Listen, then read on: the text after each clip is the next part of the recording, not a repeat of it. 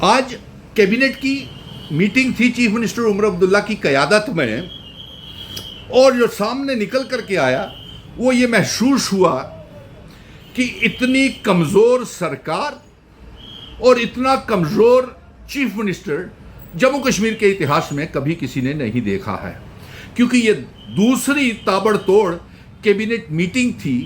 पहली 4 तारीख को हुई थी, 4 दिसंबर को, और दूसरी अब हुई है।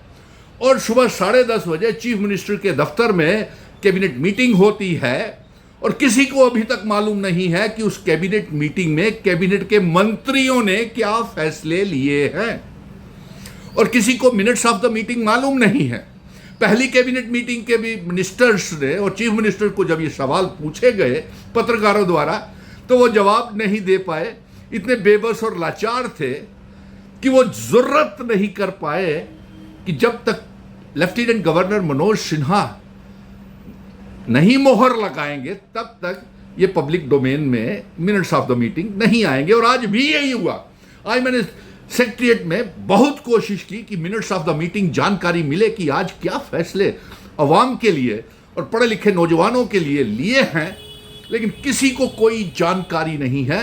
और सेक्रेटरीट में ये सुनने में आया कि चीफ मिनिस्टर के पास इख्तियार नहीं है, क्योंकि जो भी कैबिनेट में वो मीटिंग में फैसले लेंगे वो तब तक लागू नहीं होंगे जब तक लेफ्टिनेंट गवर्नर मनोज सिन्हा की मोहर उन फैसलों के ऊपर नहीं लेंगे। यानी कि इतना बेबस लाचार चीफ मिनिस्टर, जिसके मिनट्स ऑफ द मीटिंग अवाम को पता ही नहीं चल रहे, पब्लिक डोमेन में ही नहीं आते हैं। और दूसरी तरफ चीफ मिनिस्टर उमर अब्दुल्ला साहब अब हर रोज तारीफों के पुल प्रधानमंत्री जी को बांधते हैं। आपने अभी कल ही ये कहा कि अगर प्राइम मिनिस्टर साहब हमारी मदद नहीं करते तो हमारे घुटने लग जाने थे। घुटने तो आपके लग गए हैं। आप तो minutes of the meeting, cabinet meeting के बता नहीं पा रहे। आप अपने इलेक्शन मैनिफेस्टो के किए हुए वादे 1 लाख नौकरी, 12 गैस के सिलेंडर, 200 यूनिट बिजली फ्री, डबल राशन, कोई भी वादा आप पूरा नहीं कर पा रहे हैं।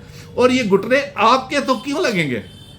आप तो ऐशो आराम के साथ काली काली गाड़ियां घूम रहे हैं, काफिलों में घूम रहे हैं। लेकिन अफसोस इस बात का है कि आपकी इनागोरेशन के लिए कभी हमने किसी जेई तक को नहीं देखा मंत्रियों की इनागोरेशंस में।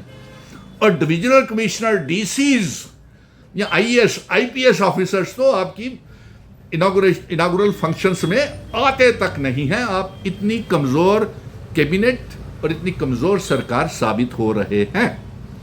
और दूसरी तरफ आप तारीफों के पुल बांध रहे हैं।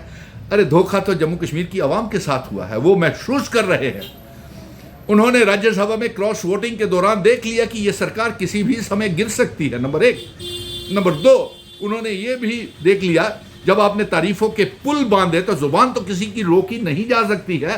और लोगों ने ये अनुमान लगाया कि अलायंस की सरकार यानी कि उमर अब्दुल्ला की सरकार जो है वो एनडीए के साथ और भारतीय जनता पार्टी के साथ जाना चाहती है। इसीलिए वो नरेंद्र मोदी जी के तारीफों के पुल बांध रहे हैं कि आपको मदद की और आपके घुटने नहीं लगने दिए। हाँ, मदद की, आपको कारें दे दी, आपकी तनख्वाहें बढ़ा दी।